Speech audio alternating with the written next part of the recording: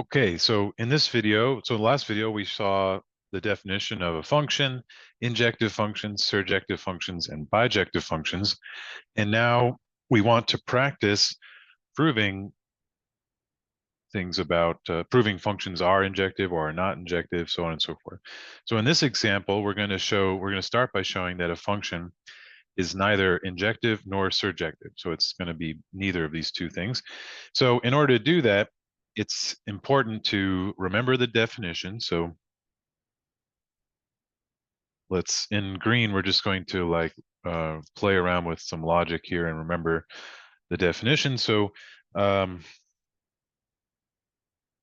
injective is for all A1, A2 in the domain if f of A1 equals f of A2, then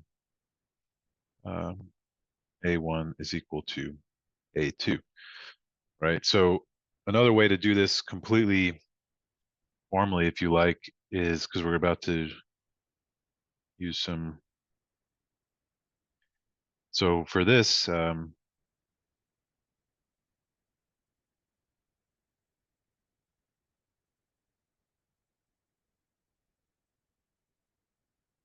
and sorry, I made a mistake here. It should be equals. Okay, so then if I want it to know what it means to not be surjective, or sorry, not be injective,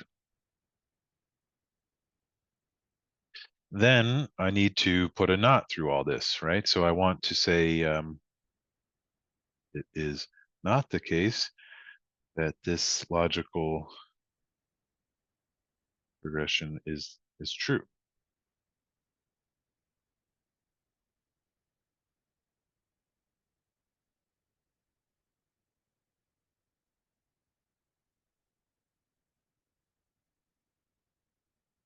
So now when I send the not through this expression, right, I'm going to get there exists now an A1 and an A2 in A, and then I got to send the not through the implication, right? So remember, when you send a not through an implication, you get an and where the not hits the conclusion, right? So you want to say that f of A1 equals f of A2 and A1 is not equal to A2. Notice this should conform with your intuition about what it means to not be injective, right? So it means that there exist two values in the domain so that the image under the function is the same and they're not exactly the same element. That's what this is saying, right? So anytime you negate a logical expression in mathematics, you should then also try to make sure that it conforms to your intuition. I mean, some definitions will get really complicated, but you should still try to make sure that it agrees with what you expect, right? So this is what we want to establish if we're going to try to show something's not injective. And let's do the same thing for surjective, right? So surjective meant that for all B, so let me write this. So for all B in the codomain, there must exist some element in the domain such that f of A equals B. Okay, but now we want to show something's not surjective, right? So we need to send a not through this expression. When we send the not through this expression, not the case that for all B in B.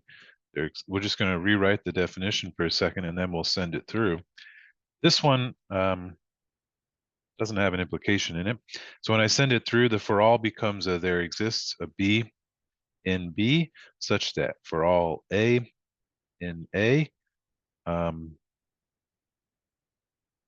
we find that f of A is not equal to B. So there's, again, this should agree with our intuition of what it means to not be surjective, it means that there exists something in the codomain that never gets hit by anything in the domain. That's what that's saying. Like for all A in the domain, it does not, f of A is not equal to B, right? Okay, good. So this is important now. Anytime we want to show something's not injective, we want to satisfy the first logical definition I wrote down, and anytime we want to show something's not surjective, we want to satisfy the second one. Okay, so now we want to actually do this for this function, right?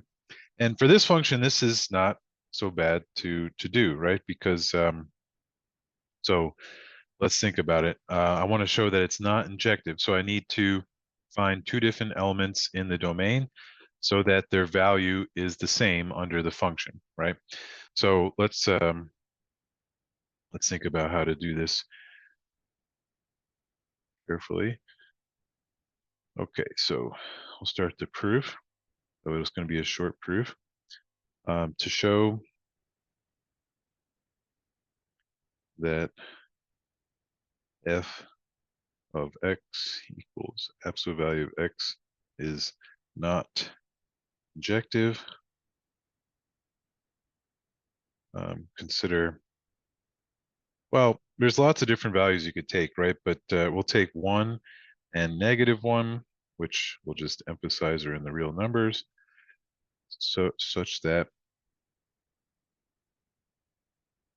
f of 1 equals absolute value of 1, which is equal to 1, which is equal to absolute value of -1, which is equal to f of -1. That's it, right? And we know that 1 and -1 are not the same, of course, and so, but their value under the function is the same. So that shows that it's not injective. Okay, to show that f is, I don't need to remind you what the definition of the function is again, to show that it is not surjective.